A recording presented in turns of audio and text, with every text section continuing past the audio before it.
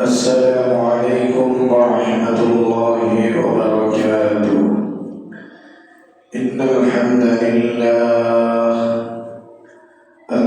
لله نحمده ونستعينه ونستغفره ونؤمن به ونتوكل عليه ونعوذ بالله من شرور أنفسنا ومن سيئات أعمالنا.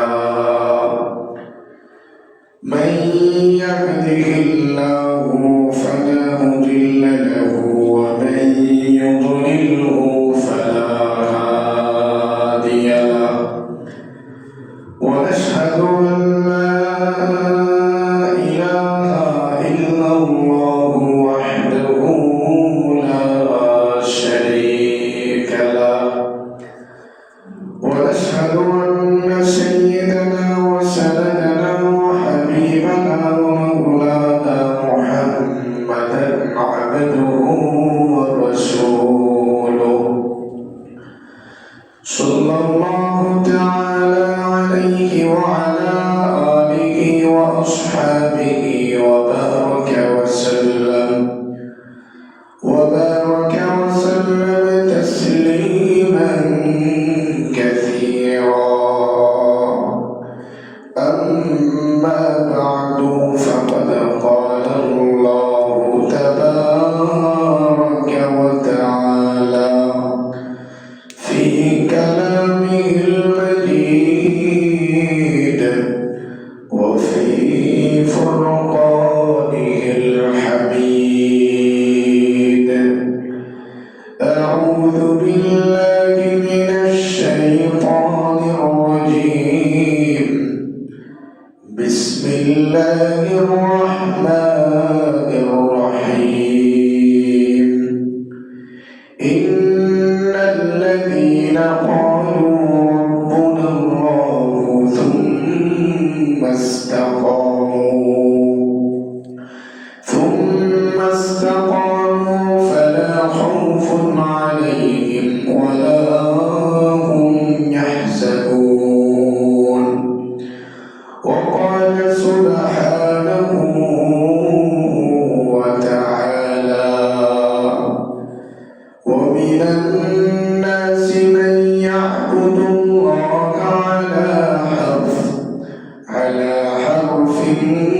فإن أصابه خير اطمأن به، وإن أصابته فتنة انقلب على وجهه خسر الدنيا والآخرة.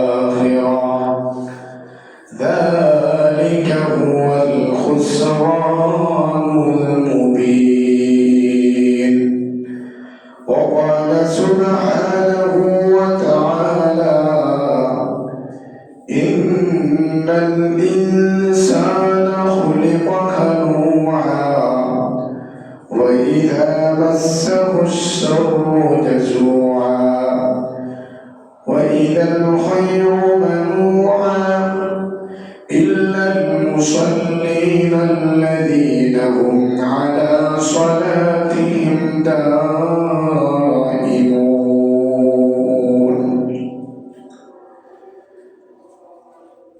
وقال النبي صلى الله عليه وسلم: من صلى علي واحدة صلى الله عليه عشرا. بارك الله لنا ولكم في القرآن العظيم، ونفعنا وإياكم بالآيات والذكر الحكيم. اللهم صل على محمد وعلى آل محمد كما صليت على إبراهيم وعلى آل إبراهيم إنك حميد مجيد. اللهم بارك على محمد وعلى آل محمد كما باركت على إبراهيم وعلى آل إبراهيم إنك حميد مجيد محمد ने आकर कुफ्र को मिटाया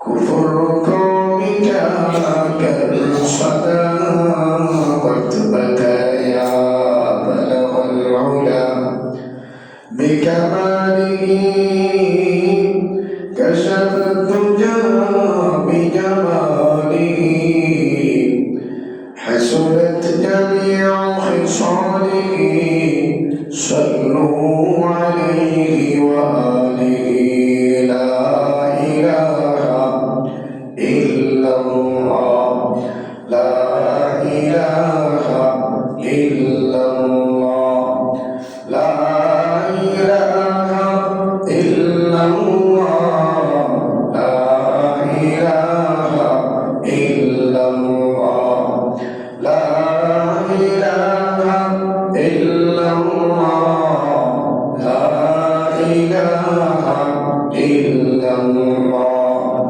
لا إله إلا الله لا إله إلا الله لا إله إلا الله لا إله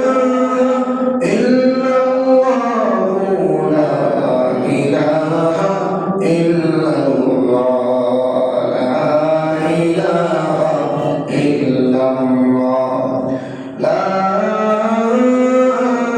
إله إلا الله محمد رسول الله صلى الله عليه وسلم الحمد لله আল্লাহ সুবহানাহু ওয়া তাআলার অশেষ মেহেরবানি যিনি আমাদেরকে অত্যন্ত মহব্বত করে দয়া করে ভালোবেসে তার পবিত্র করে আসার জন্য বসার জন্য সুযোগ দান করেছেন এজন্য আমরা রব্বুল আলামিনের দরবারে শুকর আদায় করি আলহামদুলিল্লাহ আলহামদুলিল্লাহ।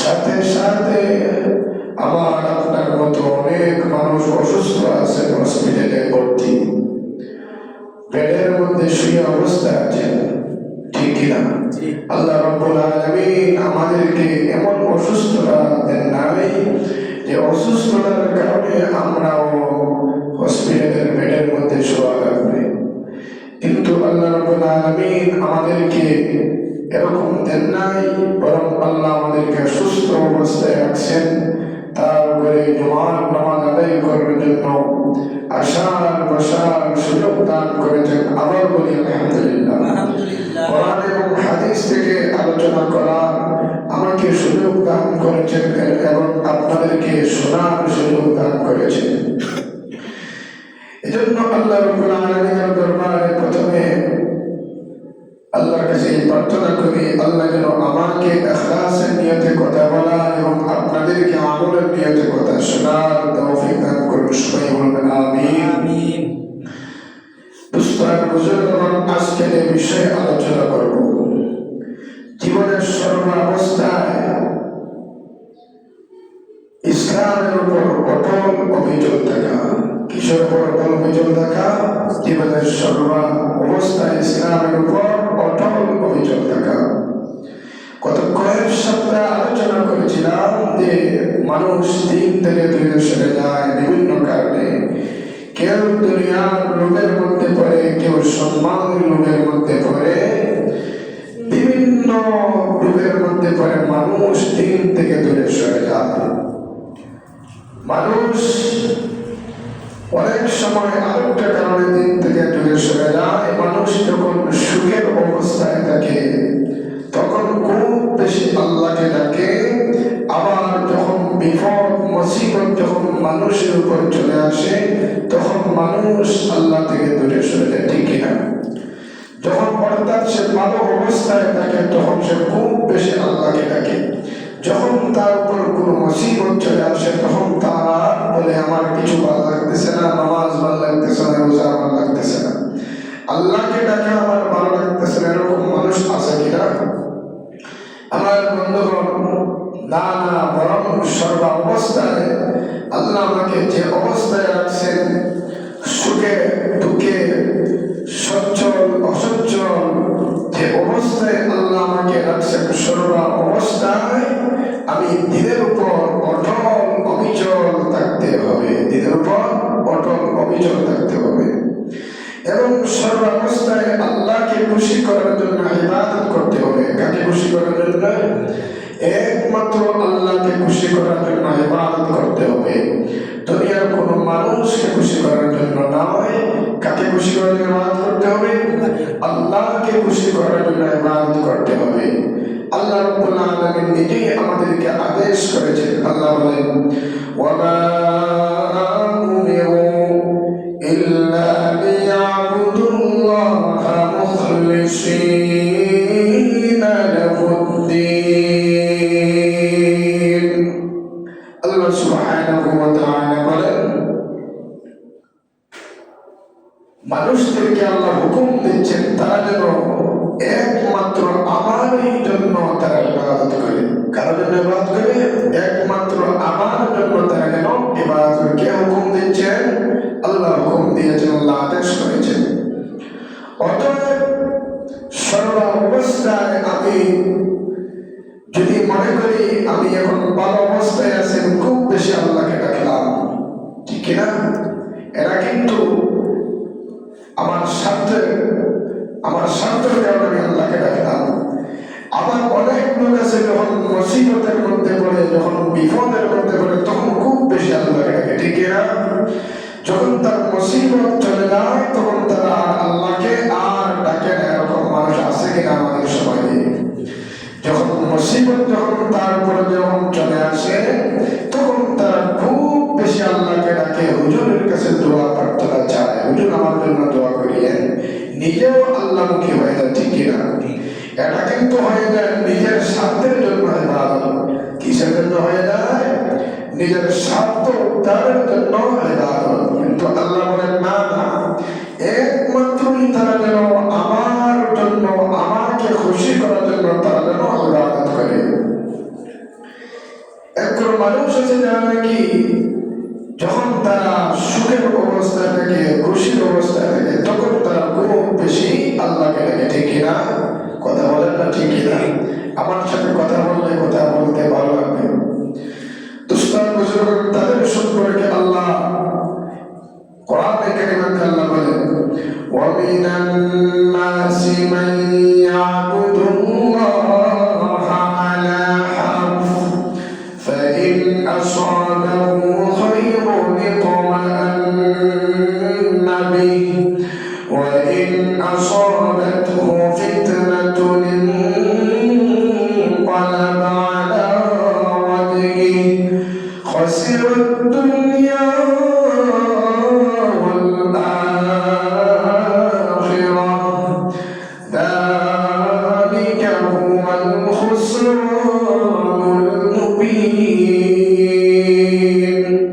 আল্লাহ সুবহানাহু ওয়া তাআলা ওইগুলো মানুষ সম্বন্ধে বলেন যারা নাকি ভালো অবস্থায়, কল্যাণ অবস্থায়, প্রান্তিক অবস্থায় খুব বেশি আল্লাহকে ডাকে, যখন তাদের উপর কোনো মুসিবত চলে আসে তখন তারা আস্তে আস্তে দূরে সরে যায়, দূরে সরে যায়। অর্থাৎ যখন তারা ভালো অবস্থায় থাকে, যখন তারা ভালো থাকে, যখন তারা আল্লাহ নিয়ামত পাইয়া খুব বেশি শান্ত অবস্থায় থাকে, তখন তারা খুব বেশি আল্লাহ আল্লাহ ডাকে। যখন তার বিপদের মধ্যে চলে আসে, অর্থাৎ কোন বিপদ মুসিবত তার উপর পড়ে আসে, তখন তারা আস্তে আস্তে আল্লাহ ডাকা বন্ধ করে দে। এরকম মানুষ আছে কিনা সমাজের মধ্যে? আল্লাহ এদের সম্বন্ধে বলে,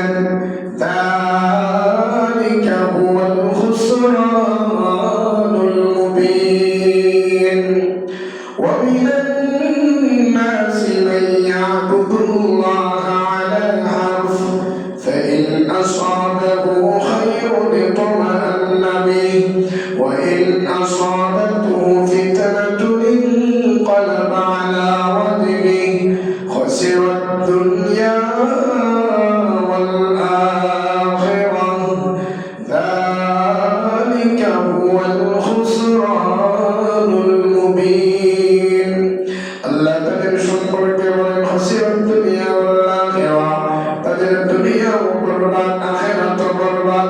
দুনিয়া বরবাদ আখিরাত বরবাদ। তারা যখন সুখের অবস্থা থাকে তখন তারা খুব বেশি আল্লাহকে ডাকে, যখন তাদের উপর কোনো মুসিবত চলে আসে তখন তারা আল্লাহকে ডাকা বন্ধ করে দেয়। তারা কিভাবে দুনিয়ার মধ্যে লাঞ্ছিত, দুনিয়ার মধ্যে তারা বরবাদ, কারণ তারা মুসিবতের মধ্যে পড়েছে, এজন্য তারা দুনিয়াতে বরবাদ হলো। আর আল্লাহকে না ডাকার কারণে তারা আখিরাতেও বরবাদ হয়ে গেল, ঠিক কিনা? এদেরকে বলা হয় সুসময়ের বন্ধু। কথা বুঝেন না? যারা ভালো অবস্থানে থাকে তখন তারা খুব বেশি আপনার সাথে থাকবে, আপনার যখন টাকা থাকবে পয়সা থাকবে তখন তারা আপনাকে বন্ধু বানাবে। যখন আপনার টাকা পয়সা থাকবে না তখন তারা আপনার কাছ থেকে দূরে সরে যায়। এরকম কিছু বন্ধু আছে কিনা? সমাজ আছে। আমার বন্ধুগণ, তাদেরকে বলা হয় সুসময়ের বন্ধু, অর্থাৎ বসন্তের কুকিল তাদেরকে বলা, ঠিক কিনা? যখন আপনি ভালো অবস্থানে থাকবেন তখন তারা খুব বেশি আপনার প্রশংসা করবে। যখন আপনার ভালো অবস্থা থাকবে না তখন তারা আস্তে আস্তে আপনার কাছ থেকে দূরে সরে যায়। তাদেরকে বলা হয় স্বার্থপর বন্ধু। এরকম বন্ধু স্বার্থপর বন্ধু, এরকম আমাদের সমাজ আছে কিনা?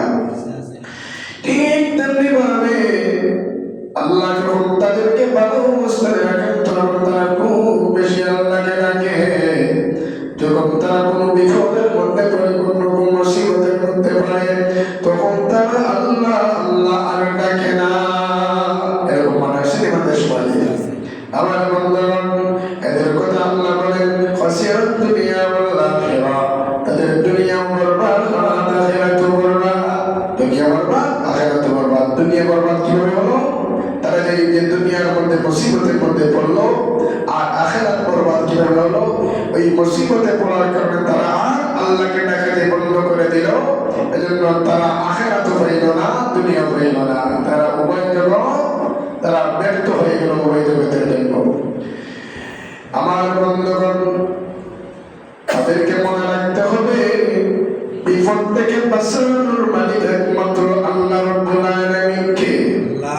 তারা যে মুসিবতের মধ্যে পড়েছে ওই মুসিবত থেকে উদ্ধার করতে পারবেন একমাত্র কে?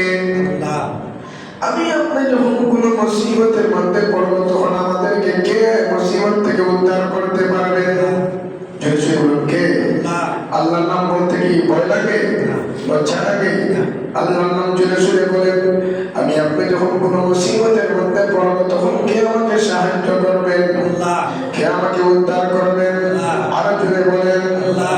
আল্লাহ ছাড়া আমাকে কেউ মুসিবত থেকে উদ্ধার করতে পারবে না। আমার বাবাও পারবে না, মাও পারবে না, আমার স্ত্রীও পারবে না, দুনিয়ার কোন বন্ধু আমার মুসিবত থেকে আমাকে উদ্ধার করতে পারবে না, ঠিক না? আল্লাহ নিজেই বলেন আম্মান ইউজিবুল মুত্তাররা ইযা দাআহু ওয়া ইয়াকশিফুস সূ। আল্লাহ রাব্বুল আলামিন বলেন বান্দা যখন অসহায় হয়ে যায়, অনন্যপায় হয়ে যায়, যখন তার কোনো উপায় থাকে না, কোনো বন্ধু তাকে সহযোগিতা করে না, তার মাও তাকে সহযোগিতা করে না, বাবাও তাকে সহযোগিতা করে না, তার স্ত্রীও তাকে সহযোগিতা করে না, তখন আল্লাহ বলেন তখন আমি ছাড়া তোমাকে আর কে বিপদ থেকে উদ্ধার করে? কে বলে? আল্লাহ বলেন। কে বলেন ভাই? আল্লাহ বলেন। এই জন্য মুসিবত থেকে সবচেয়ে বড় উদ্ধার করনেওয়ালা কে? আল্লাহ। জোরে জোরে বলেন কে? আল্লাহ। এই জন্য সর্বাবস্থায় কার উপর ভরসা রাখতে হবে? আল্লাহর উপর ভরসা রাখতে হবে। আমার বন্ধুগণ, এখন মনে করেন মানুষের দাম ফাটিয়ে দিতেছে, ঠিক কিনা? আবার এক সময় আসবে রোদের সময় যখন মানুষ পানির জন্য হাহাকার হয়ে যায়, ঠিক কিনা? কোনো কৃষক কথা ঠিক কিনা? কোন কৃষক যখন রোদের সময় আসে তখন তারা পানির জন্য হাত হতাশ করে হুজুরদের কাছে দোয়া চাই কিনা, হুজুর দোয়া করি আমার যাতে ধানটা ফসলটা আমি ভালোভাবে আনতে পারি ঘরের মধ্যে, ঠিক কিনা? আমার বন্ধুগণ, যখন তারা আল্লাহ রাব্বুল আলামিন যখন তাদের ফসলকে ভালো অবস্থায় ঘরের মধ্যে যখন আনিয়ে দেন, ফিরিয়ে দেন, তখন তারা আল্লাহকে ভুলে যায়। এবং আসেন কিনা কৃষকরা আসেন, তখন তাদের মন চায় যাত্রাগানে যাওয়ার জন্য, ফসল বিক্রি করে যাত্রাগানে যাওয়ার জন্য মন চায়, ঠিক কিনা? দাম বিক্রি করে যাত্রাগানে যাওয়ার জন্য তখন তার মন চায় গান বাজনা করার জন্য। গান বাজনা করতে যত বাধ্য লাগে এগুলা কিনতে তাদের মাথায় ঢুকে, ঠিক কিনা? তখন তারা আল্লাহ রাব্বুল আলামিনকে ভুলে যায়। কথাটা ঠিক কিনা? এরকম আছে কিনা আমাদের সমাজে? আছে কি ভাই? আমার বন্ধুগণ, তাদের এই ধরনের কৃষককে উদ্দেশ্য করে আল্লাহ বলেন, قل أرأيتم إن أصبح ماؤكم غورا فمن يأتيكم بماء معين। আল্লাহ সুবহানাহু ওয়া তাআলা বলেন, তাদের তো ভেবে দেখা উচিত ছিল, তাদের বাবা দরকার ছিল যে তারা যে এই জমি থেকে যে এই যে জমির যদি যে পানি আমি দান করেছি, ওই পানিটা যদি ভূগর্ভে যদি আবার চলে যায়, অর্থাৎ মাটির নিচে যদি চলে যায়, তাহলে ওই পানির স্রোত তাদেরকে দিবে। তাদেরকে দিবে। এই যে পানির জন্য তারা হাহাকার করেছিল, তারা যে হাজারি করেছিল, এখন যে তারা এই দামটা তারা আমি তাদেরকে নিজে জিম্মাদার হইয়া তাদেরকে তার ফসলটা তার কাছে আমি ফিরে দিলাম, তার করে নিয়ে দিলাম, আমি নিজে জিম্মাদার হইয়া। এখন যে সে আমাকে বলল কোন যুক্তিতে, তার কি বাবা দরকার ছিল না? আবার আমি যদি এই যে পানিটা দান করলাম, ওই পানিটা যদি আমি মাটির নিচে আমার যদি নিয়ে যাই, তাহলে এই পানির স্রোত আবার তাদেরকে কাকে দিবে? কে বলেন? আল্লাহ বলেন, আমার বন্ধুদের জন্য সর্বাবস্থায় মুসিবত আসলে, সুখ আসলে, দুঃখ আসলে খান উপর অটল থাকতে হবে, আল্লাহর উপর অটল থাকতে হবে। আমার সুখ আসুক, দুঃখ আসুক, কার উপর অটল থাকতে হবে। আমরা ওই আয়াতটা আবার মনে করি, আল্লাহ বলেন, আম্মান ইউজিবুল মুত্তাররা ইযা দাআহু ওয়া ইয়াকশিফুস সূ। আল্লাহ সুবহানাহু ওয়া তাআলা বলেন, তারা যখন অসহায় হয়ে যায়, যখন তার কোন বন্ধু বিপদে যখন পড়বে, আপনি যখন এমন বিপদে পড়বেন, তখন দেখবেন আপনার কোন বন্ধু আপনার কাছে আসবে না। বিপদ যখন আপনার পড়বে, আপনি যখন অসহায় হয়ে যাবে, তখন আপনার মা বাবা অনেক সময় সন্তানকে ছিলেন না, ঠিক কিনা? মা বাবা বলেন, কি রে তুই এরকম মা বাবা কিন্তু হয়তো সন্তানকে শিক্ষা দেওয়ার জন্য তাকে এরকম করতেছে, ঠিক কিনা? তুই যাতে ভালো হয়ে যা। মা হচ্ছে অন্য কথা। দুনিয়ার সবচেয়ে বড় যে বন্ধুকে আপনি উপকার করলেন, যে বন্ধুকে আপনি সহযোগিতা করলেন, আপনার স্ত্রী হচ্ছে দুনিয়ার মধ্যে সবচেয়ে মহব্বতের জিনিস, ঠিক কিনা? ওই স্ত্রীও যখন আপনাকে সহযোগিতা করবে না, তখন আপনাকে একজন সহযোগিতা করবেন, তিনি কে? ওই আয়াতের সাথে সংশ্লিষ্ট বিষয়ে একটা ঘটনা আপনাদেরকে বলি, লক্ষ্য করে শুনুন। কুফায় একজন বিশ্বস্ত কুলি ছিল। কি? কুফায় একজন বিশ্বস্ত কুলি ছিল। ওই ঘটনাটি হযরত জাকারিয়া সাহারানপুরী রাহমাতুল্লাহ আলাইহি ফাযাইলে কিতাবের মধ্যে এই ঘটনাটি এনেছেন। কুফায় একজন বিশ্বস্ত কুলি ছিল, তাকে সবাই বিশ্বাস করত। অর্থাৎ এক দেশ থেকে আরেক দেশে মালামাল নিয়ে যেত ওই কুলিটা। কি করতো, মালামাল নিয়ে যেত কুলি। কুলি একদিন কি করলো, হঠাৎ মালামাল নিয়ে আসার পথে হঠাৎ ডাকাইতের সাথে দেখা হয়ে গেল। কার সাথে? ডাকাইতের সাথে দেখা হয়ে গেল। তখন ডাকাত কি ডাকায় তাকে বাঘ পথে নিয়ে গেল, এটা জঙ্গলের দিকে নিয়ে গেল। কোন দিকে? এটা জঙ্গলের দিকে নিয়ে গেল। জঙ্গলে গিয়ে দেখলো মাথার খুলি ফালায়, কঙ্কাল ফালায় জঙ্গলের ভিতরে। তখন ডাকাতটি যখন তাকে মারার জন্য উদ্যত হলো, মানে মারার জন্য মারতে বলে তোমাকে আমি মেরে ফেলবো, এরকম যখন প্রস্তুত যখন নিল ডাকাই, তখন সে বলল আমার কিচ্ছু তুমি দিও না, আমার খচ্চরটাও দিয়ে যাও, আমার সাথে যা মালামাল আছে সব নিয়ে যাও, এরপরে আমাকে তুমি মারিও না। লক্ষ্য করে শুনুন আমার বন্ধুগণ, ডাকাত কিন্তু মানল না। ডাকাত মানল না, না মানিয়ে বলল, বরং বলল আমি তোমার মালামালও নিব, আমি তোমাকেও হত্যা করব। আমি তোমার মালামালও নিব, আমি তোমাকে হত্যাও করব। তখন যখন আর লোকটি যখন ডাকাইতার যখন মানল না, তখন না মানার কারণে ওই কুলি ব্যক্তিরা বলল আচ্ছা ঠিক আছে, তাহলে আমাকে 2 রাকাত নামাজ পড়ার সুযোগ আমাকে দাও। কি বললো? 2 রাকাত নামাজ পড়ার সুযোগ আমাকে দাও। তখন ডাকাত লোকটি বলল নামাজ পড়িয়াও কোনো লাভ হবে না, এরকম অনেক লোক নামাজ পড়েছে, নামাজ পড়িয়াও কোনো লাভ হইল না। অতঃপর কি করলো ডাকাত লোকটি, সময় দিয়ে বলল এত সময়ের মধ্যে তোমার নামাজটা শেষ করে নাও। কি বললো? সময় দিল, এবং এত সময়ের ভিতরে তোমার নামাজটা শেষ করে দাও। লোকটি বলল আচ্ছা ঠিক আছে। লোকটি যখন নামাজের মধ্যে যখন দাঁড়াইল, তখন ওই আয়াতটি তেলাওয়াত করলো, আম্মান ইউজিবুল মুত্তাররা ইযা দাআহু ওয়া ইয়াকশিফুস সূ।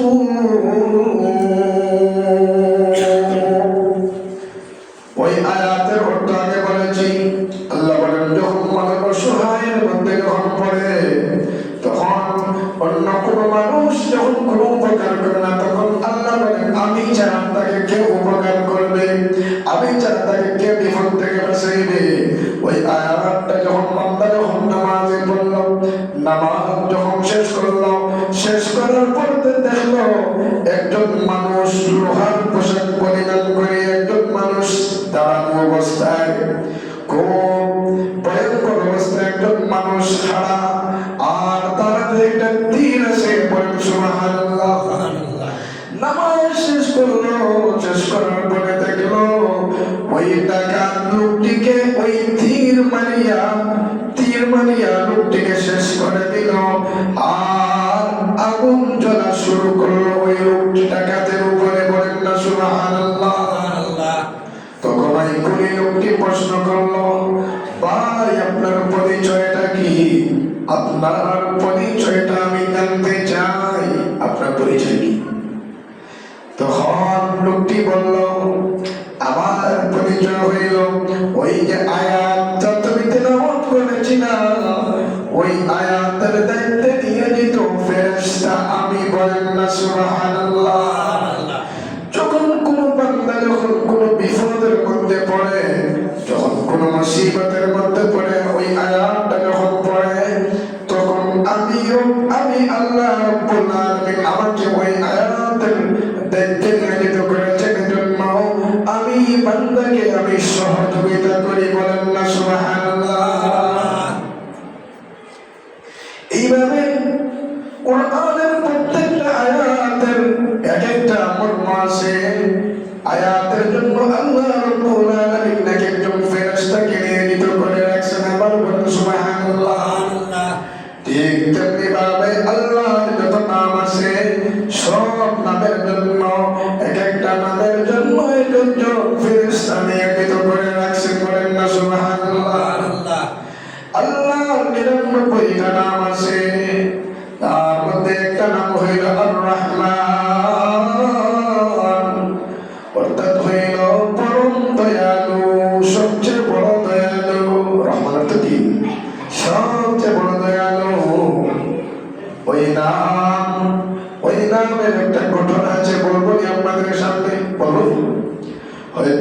ইবনে সাবিত রাদিয়াল্লাহু তাআলা আনহু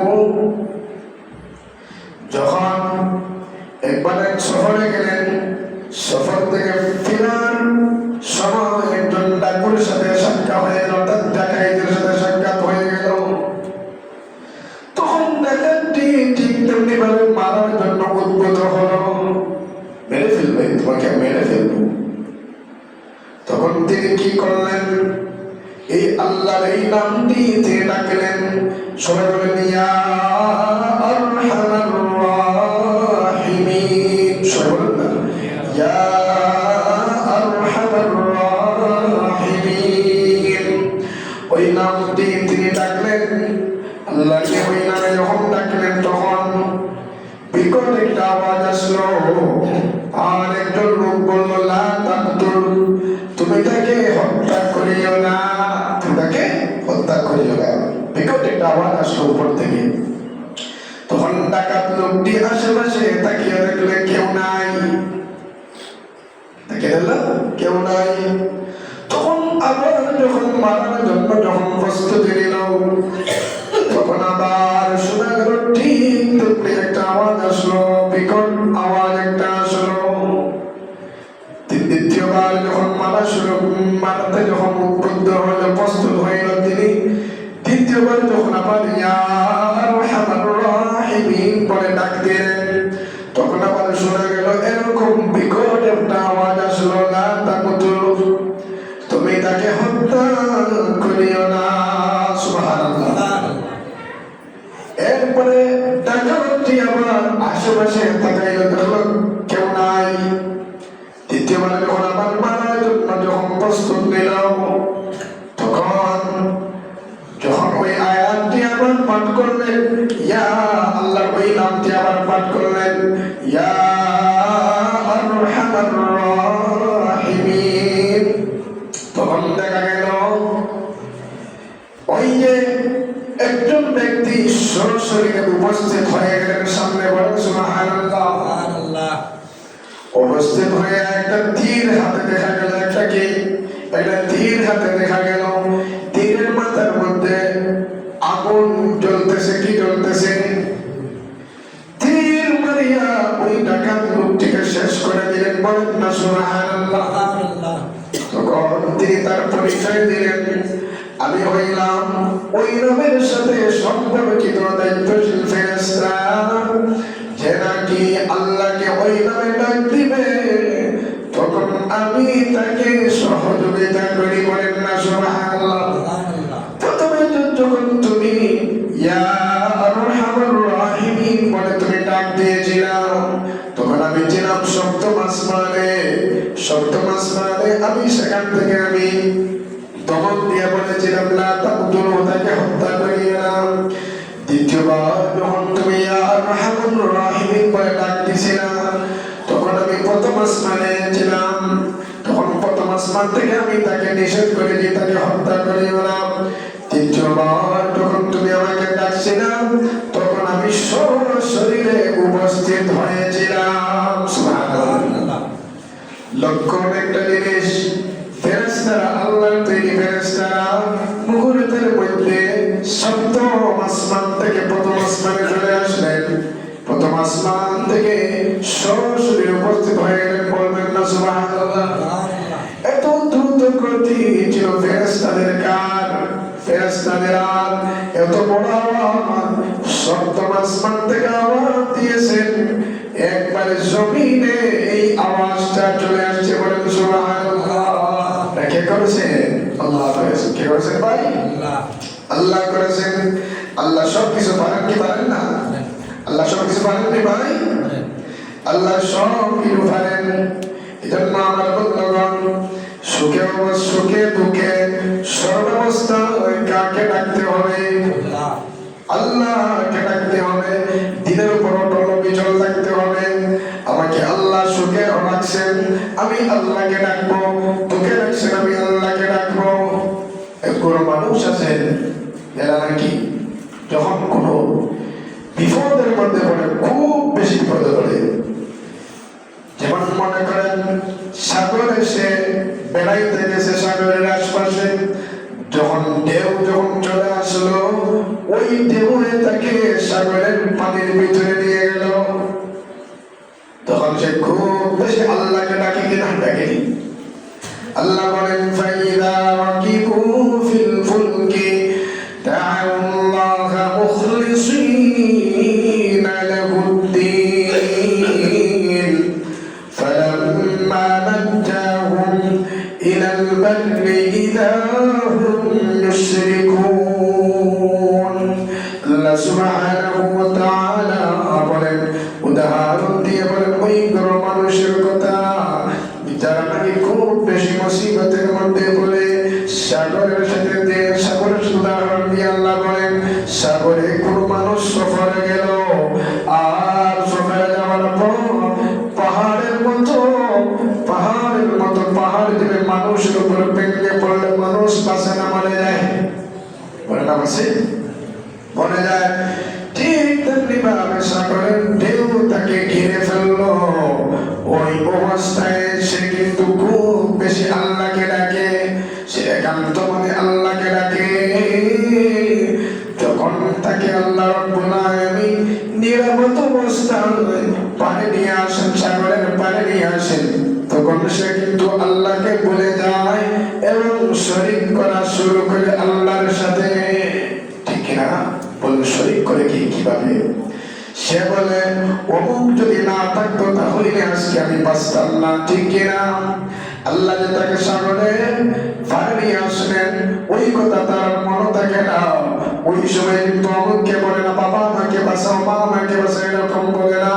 অমুক পণ্ডিত আমাকে বাঁচাও, তখন আল্লাহ আল্লাহ ডাকে কিনা, আল্লাহ আমাকে বাঁচাও। যখন আল্লাহ তাকে সাগরের পানি নিয়ে আসলেন তখন সে আর আল্লাহর কথা তার মনে থাকে না। তখন বলে অমুক যদি না থাকতো তাহলে আজকে আমি বাঁচতাম না। কথা ঠিক কিনা? যে বলে ঠিক না? এটার নাম হচ্ছে শিরিক। এটা কিন্তু এক রকমের শিরিক। যেমন মনে করেন কেউ বলে আজকে আমার ছেলে যদি বিদেশে না থাকতো তাহলে আমি উপাস থাকতাম। কথা বলে কিনা? ছেলে যদি রুজি না করতো তাহলে আমি উপাস থাকতাম। কথা বলে কিনা? আজকে আমি যদি রুজি না করতাম তাহলে উপাস থাকতাম। এটা কিন্তু এক রকম শিরিক। এই রুজির ব্যবস্থা কে করে দিল? বলেন না। আমার আপনার মতো অনেক মানুষ আছে কিনা? অনেক মানুষ ঘুমানোর জায়গা পাইতেছে না, আর অনেকে আল্লাহ রাব্বুল আলামিন 10 তলা 20 তলা 100 তলার মালিক বানাইছে। ঠিক কিনা? ওই মালিকটা কে বানাইলেন একটু লক্ষ্য করা দরকার কিনা? যারা বলে আমার ছেলে যদি না থাকতো, মেয়ে যদি না থাকতো বিদেশে, মেয়ে যদি রুজি না করতো তাহলে কিভাবে খেতাম? এটা কিন্তু এরকম শিরিক, এরকম শিরিক। বান্দা শিরিক করা শুরু করে দেন। আল্লাহ বলেন তারা এত দুর্বল, তারা যখন মুসিবতের মধ্যে পড়ে তখন তারা খুব বেশি আল্লাহকে ডাকে। আল্লাহ বলেন ইন্নাল ইনসানা খুলিকা হালুআ ইযা মাসসাহুশ শাররু জাযুআ ওয়া ইযা মাসসাহুল খায়রু মানুআ। আল্লাহ বলেন তারা এত দুর্বল মানুষ, তারা যখন মুসিবতের মধ্যে পড়ে তখন তারা খুব বেশি আমাকে ডাকে, আর যখন তারা তাদের মুসিবত যখন চলে যায় তখন তারা আমাকে আর ভুলে যায়। ভালো লাগে আমি তাদের কিচ্ছু নাই, এরকম আছে কি? আল্লাহ পরামর্শ করে বলেন, আল্লাহ পরামর্শ ইল্লাল মুসাল্লিনাল্লাযীনা হুম আলা সালাতিহিম দাইমুন। এর বিপরীত যারা আমার কিছু বান্দা আছে তারা সর্বাবস্থায় আল্লাহর উপর অটল অবিচল থাকে, সুখেও থাকে বিপদেও থাকে, তারা কিন্তু এর অন্তর্ভুক্ত নয়। ওই যারা মুসিবতের সময় যারা খুব বেশি আল্লাহকে ডাকে তারা কিন্তু ওই লোকের অন্তর্ভুক্ত নাই। আল্লাহ কাদের কথা বলেন? যারা সর্বাবস্থায় আল্লাহর উপর অটল থাকে তাদের কথা আল্লাহ বলতেছেন, তারা কিন্তু ওদের অন্তর্ভুক্ত নয়।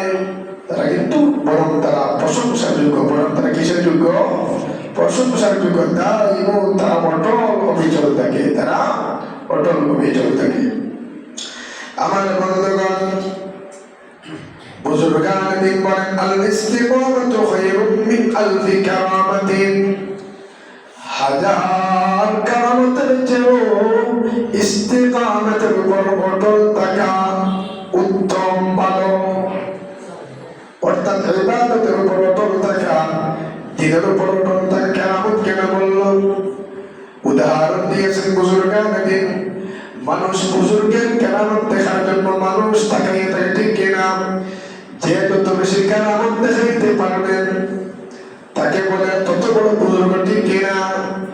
কিন্তু উদাহরণ দিয়েছেন বুজুর্গান দিন, তাদের চেয়েও হাজার গুণ বেশি উত্তম যারা দিনের উপর অটল থাকবে, ইবাদতের উপর অটল থাকবে।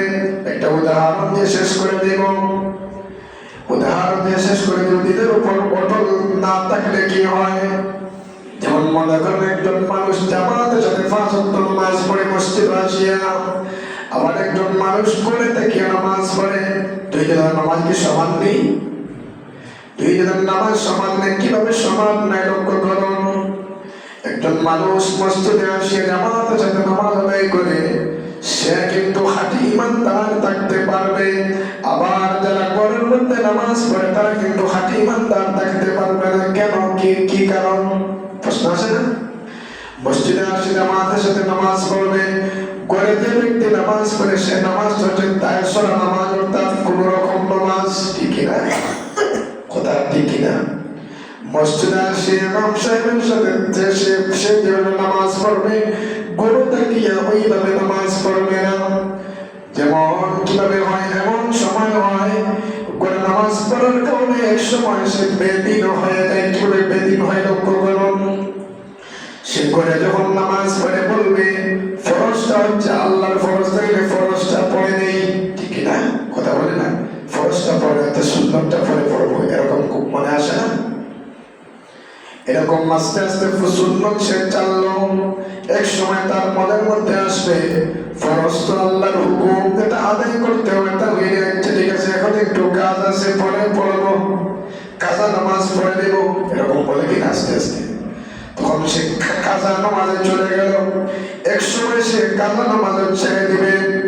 এরপর সে 2 ওয়াক্ত নামাজ পড়বে, 2-3 ওয়াক্ত নামাজ পড়বে। এরপর সে আস্তে আস্তে তার নামাজ তার থেকে ছুটে যায়, ঠিক কিনা? এরকম হয় কিনা? কিন্তু মসজিদে এসে নামাজ পড়লে তার এই নামাজটা ছুটবে না, ঠিক কিনা? তার নামাজ ছুটবে নি। ফরজও পড়বে, দেখাবে কেউ পড়বে। আরেকজন সুন্নাত পড়তেছেন, আমি তো ওই সে পড়তাম, ওই স্মরণেও পড়বে, ঠিক কিনা?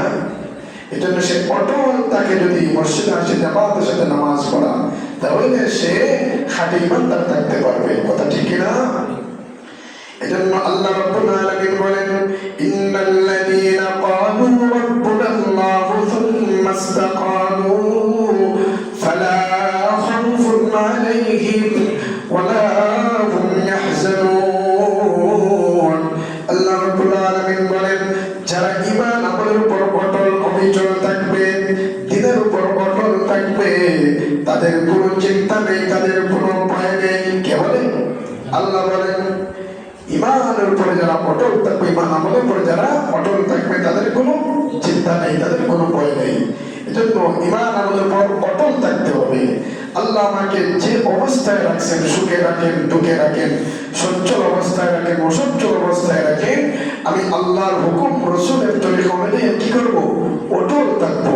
সুখ দেওয়ার মালিককে আল্লাহ, দুঃখ দেওয়ার মালিককে বুঝে শুনে বলেন না ভাই।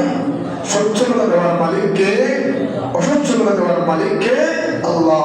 সব কিছুর মালিক একমাত্র আল্লাহ রাব্বুল আলামিন। এজন্য আমি দিনের উপর অটল থাকতে হবে, ঈমান আমাদের উপর অটল থাকতে হবে। তাই আল্লাহ বলেন তাদের কোনো চিন্তা নেই, তাদের কোনো ভয় নেই, তাদের কোনো দুঃখ নেই, যারা ঈমান আমাদের উপর অটল থাকবে। এজন্য আল্লাহ দোয়া শিখিয়ে দিয়েছেন ওয়াসাব্বিত আকদামানা ওয়ানসুরনা আলাল কওমিল কাফিরিন। আমার বন্ধুগণ, যে কথাগুলো বললাম সময় শেষ হয়ে গেছে। সেই কথার সারমর্ম হইল আল্লাহ আমাকে যে অবস্থায় রাখছেন, সুখে রাখেন, দুঃখে রাখেন, সচ্ছল অবস্থায় রাখেন, অসচ্ছল অবস্থায় রাখেন, আল্লাহর উপর আমি ইমানের উপর দিনের উপর আমি অটল অবিচল থাকতে হবে। আল্লাহ আমাদের প্রত্যেককে আমলের তৌফিক দান করবো। আখির দাওয়ানা আলহামদুলিল্লাহি রাব্বিল আলামিন।